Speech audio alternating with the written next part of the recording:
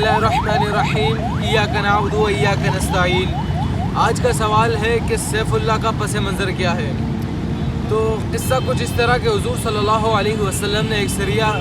موتا کی طرف بھیجا، حضرت زید بن حارثہ رضی اللہ تعالیٰ عنہ کی زیر قیادت میں۔ سریہ کہتے ہیں اس لشکر کو جس کی قیادت حضور صلی اللہ علیہ وسلم کے علاوہ کوئی اور کر رہا ہو، یعنی حضور صلی اللہ علیہ وسلم اس میں بذات خود شریک نہ ہوں بلکہ کسی کو اپنا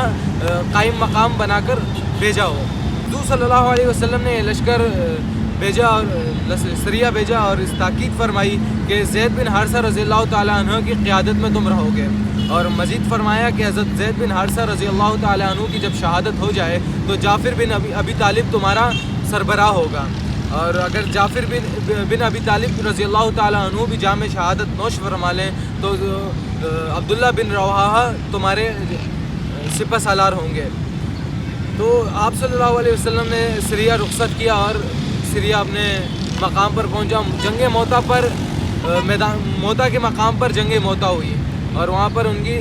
مسلمانوں کی کفار کے ساتھ لڑائی شروع ہوئی، اور لڑائی اتنی بھیانک ہوئی کہ حضور صلی اللہ علیہ وسلم کا لشکر گھیرے میں آ گیا۔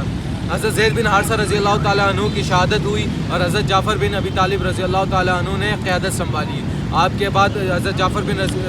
بن ابی طالب رضی اللہ تعالیٰ عنہ کی شہادت ہوئی، اور علم کو حضرت عبداللہ بن رواحہ رضی اللہ تعالیٰ عنہ نے تام لیا۔ جب حضرت عبداللہ بن رواحہ رضی اللہ تعالیٰ عنہ کی بھی شہادت ہوئی، مسلمان کافی پستہ حال میں تھے، اور مسلمانوں کا حال دیکھ کر حضرت ثابت بن ارقم رضی اللہ تعالیٰ عنہ نے علم حضرت خالد بن ولید رضی اللہ تعالیٰ عنہ کو تھمایا، اور حضرت خالد بن ولید رضی اللہ تعالیٰ عنہ نے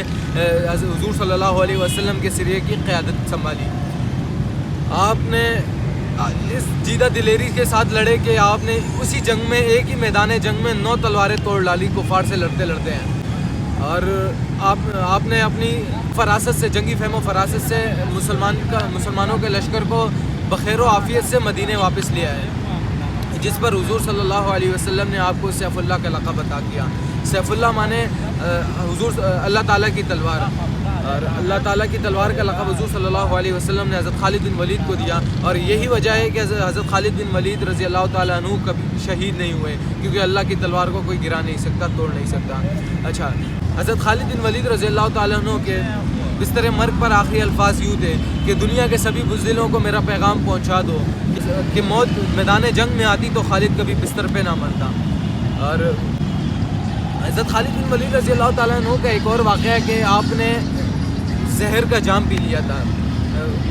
متعدد مورخین مختلف رائے رکھتے ہیں، لیکن ایک رائے یوں بھی ہے کہ حضرت خالد بن ولید رضی اللہ تعالیٰ عنہ سے کسی نے کہا کہ آپ فارس میں آتے جاتے ہیں نیگوسیشن کے لیے،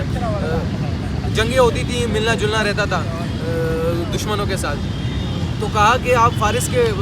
کے پاس آتے جاتے رہتے ہیں، فارس یعنی اس وقت کا ایران، تو یہ لوگ تو بڑے بدنام ہیں زہر پلانے میں۔ تو حضرت خالد بن ولید رضی اللہ تعالیٰ عنہ نے کہا کہ زہر لایا جائے۔ جب زہر لایا گیا تو حضرت خالد بن ولید رضی اللہ تعالیٰ عنہ نے اسے پی لیا۔ آپ سے پوچھا کہ